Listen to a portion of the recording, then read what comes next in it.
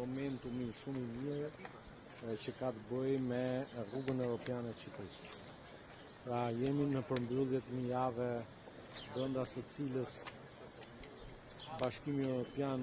në respekt të atyre procedurave birokratike të veta kalon nga grupi punës tek komiteti i përfaqësuesve, pra nga Koela tek Koreperi nesër, ku në farë mënyre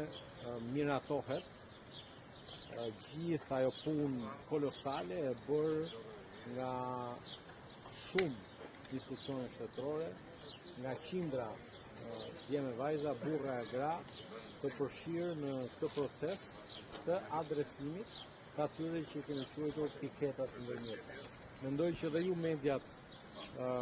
për shkak të rolit tuaj të pazëvendësueshëm, është mirë që t'ua shpjegojmë qytetarëve çfarë ka qenë gjithë kjo punë. Për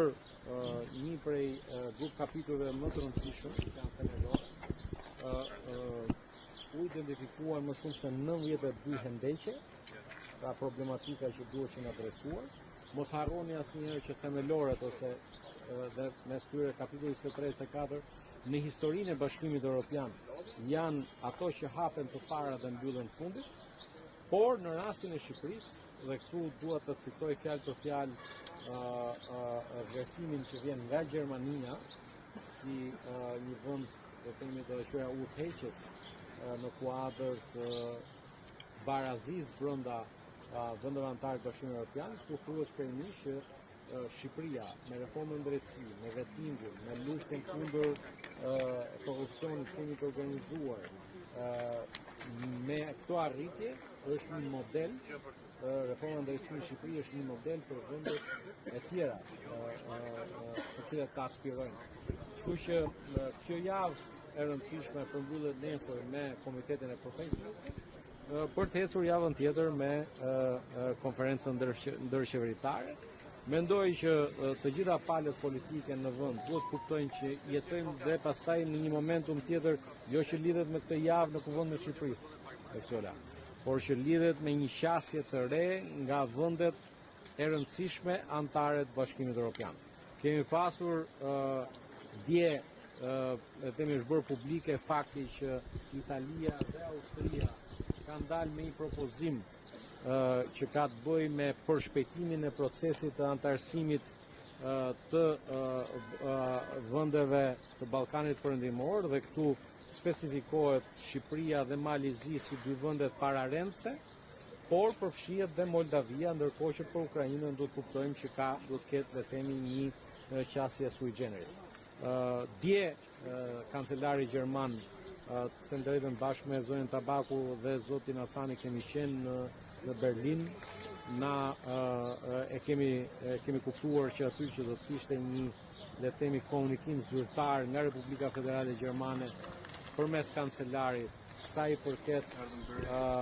angazhimit të palëkundur të Gjermanisë për ta përmbyllur procesin e zgjerimit me vendet e Ballkanit Perëndimor dhe me Moldavinë, me angazhimin që citohet qartë, diçka që besoj që ju e kishit dëgjuar më përpara, që e kishte njoftuar dhe kryeministri Rama. Pra ne duhet të gjejmë një zgjidhje, thot kancelari gjerman, e cila le të themi të na garantojë dhe anëtarësimin me faza. Nuk duhet kemi frikë që anëtarësimi me faza na dëmton. Përkundrazi, anëtarësimi me faza nuk ka të bëjë me ne. Ne do vazhdojmë të përmbushim gjitha detyrimet tona. Ambicia jonë për të përmbyllur negociata deri në fund të vitit 2027 është një ambicie që tani më përputhet edhe me atë program që kemi dakorduar me Komisionin, por ajo që propozon kancelari gjerman, që në një farë mënyrë është e njëjta linjë me Italinë dhe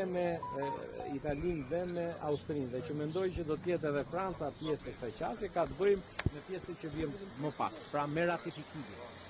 Pra, për ta ditur qytetarët, në fund të vitit 2027 mbyllen negociatat. Nga ai moment bëhet gati marrëveshja që shkon për të ratifikuar këtë vendantare. Dhe tani topi nuk është më në krahun e vendeve, pra